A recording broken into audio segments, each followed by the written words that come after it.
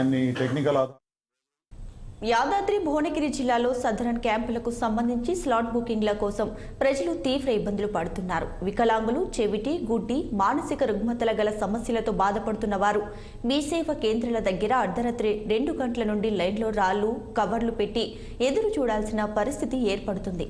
దీంతో ప్రభుత్వం సదరన్ క్యాంపులకు సంబంధించిన స్లాట్ బుకింగ్స్ ను ఎక్కువ మొత్తంలో విడుదల చేయాలని కోరుతున్నారు. ఇక ఇదే అంశంపై యాదాద్రి భువనగిరిలోని మీ సేవ కేంద్రం నుండి మరింత సమాచారం మా ప్రతినిధి నరేష్ అందిస్తారు.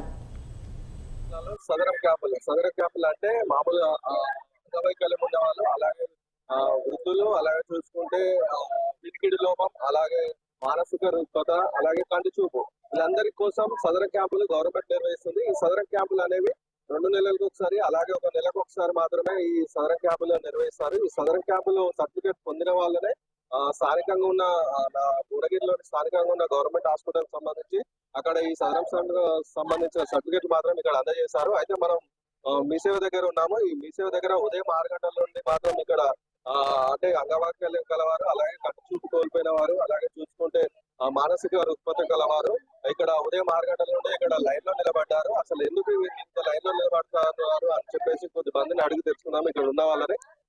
చెప్పండి, మీరు ఎప్పటి నుండి ఇక్కడికి వస్తున్నారు, ఎందుకు నిలబడుతున్నారు?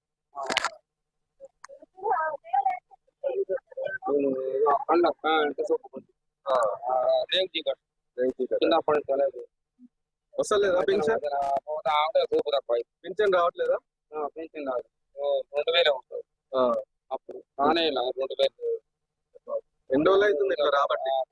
ఇప్పుడు పెట్టాం, ఈ రోజు పెట్టిరా? అమ్మా చెప్పండి, మీరు ఎప్పటి నుండి వస్తున్నారు?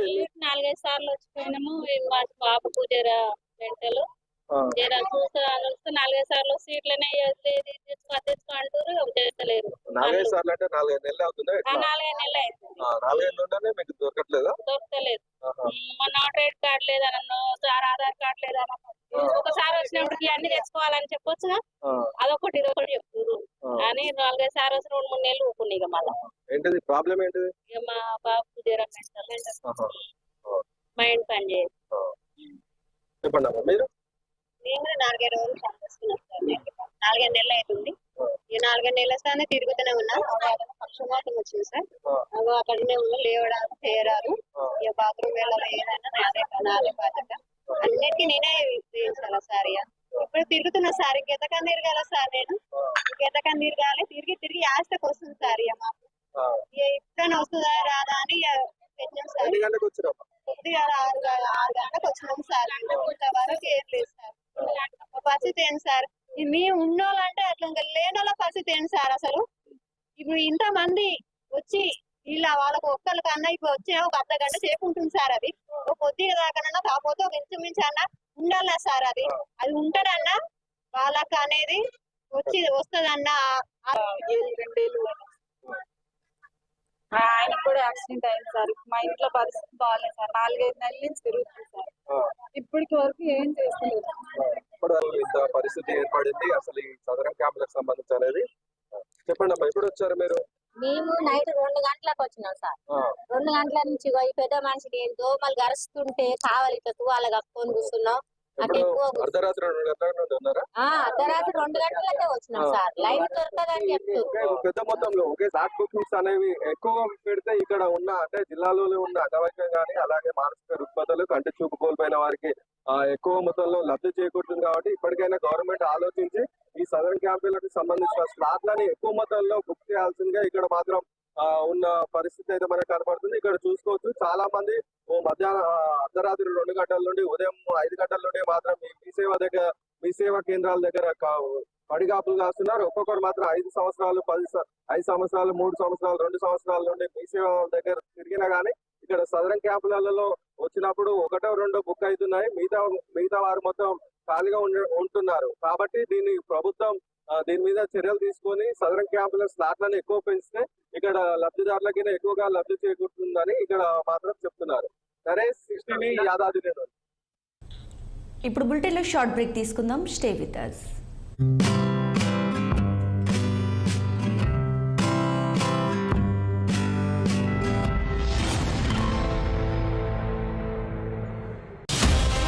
మధుర ఆలయ శిథిలాలపైనే మసీదు. శ్రీకృష్ణుడి కోసం వందల ఏళ్ల పోరాటం, బ్రిటిష్ రికార్డుల్లో సంచలన అంశాలు, 1000 ఏళ్ల క్రితమే ఆలయాలపై దాడులు. ఇక అందరి చూపు మధుర. బిగ్ స్టోరీ రాత్రి 8:30 ఈరోజు మంత్రివర్గ సమావేశం అవుతుంది. అసెంబ్లీ సమావేశాలు ఎప్పటి నుంచి ఉంటాయో సాయంత్రం వరకు మీకు చెప్తాము. అసెంబ్లీ సమావేశాలలో వైట్ పేపర్ ప్రాజెక్టుల మీద రిలీజ్ చేస్తాం, ప్రాజెక్టుల హ్యాండ్ ఓవర్ మీద చర్చ పెడతాం.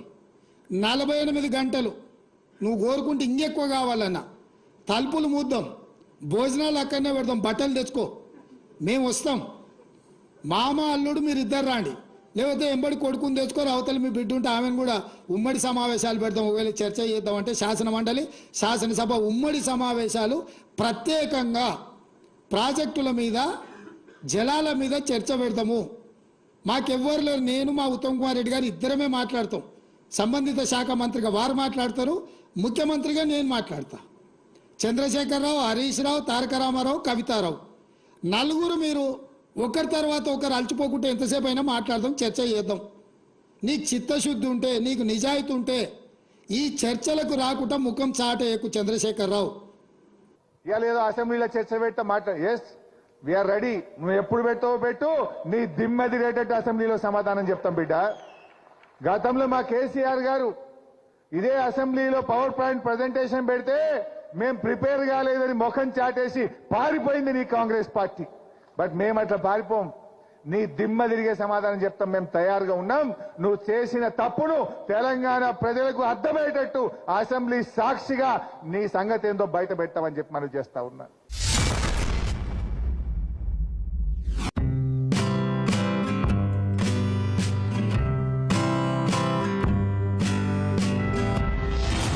Back to news. టీడీపీ అధిష్టానం తన సేవలు గుర్తించి నెల్లూరు జిల్లా కావలి నియోజకవర్గ సమన్వయకర్తగా నియమించిందన్నారు కావ్య కృష్ణారెడ్డి. దీంతో పార్టీ అధిష్టాన వర్గానికి ధన్యవాదాలు తెలియజేశారు. రానున్న ఎన్నికల్లో ఖచ్చితంగా కావలి నియోజకవర్గంలో గెలుపు ఖాయమంటున్న టీడీపీ అభ్యర్థి కావ్య కృష్ణారెడ్డితో మా నెల్లూరు ప్రతినిధి కృష్ణ ఫేస్ టు ఫేస్. రానున్న 2024 సాధారణ ఎన్నికల్లో గెలిపే లక్ష్యంగా ప్రధాన రాజకీయ పార్టీలన్నీ కూడా రాష్ట్ర వ్యాప్తంగా నియోజకవర్గాల్లో తమ తమ అభ్యర్థులని ప్రకటిస్తూ ఉన్నాయి. ఇందులో భాగంగానే నెల్లూరు జిల్లా కావలి నియోజకవర్గంలో అనేక ఊహ పరిణామాల మధ్య నెల్లూరు జిల్లా కావలి నియోజకవర్గం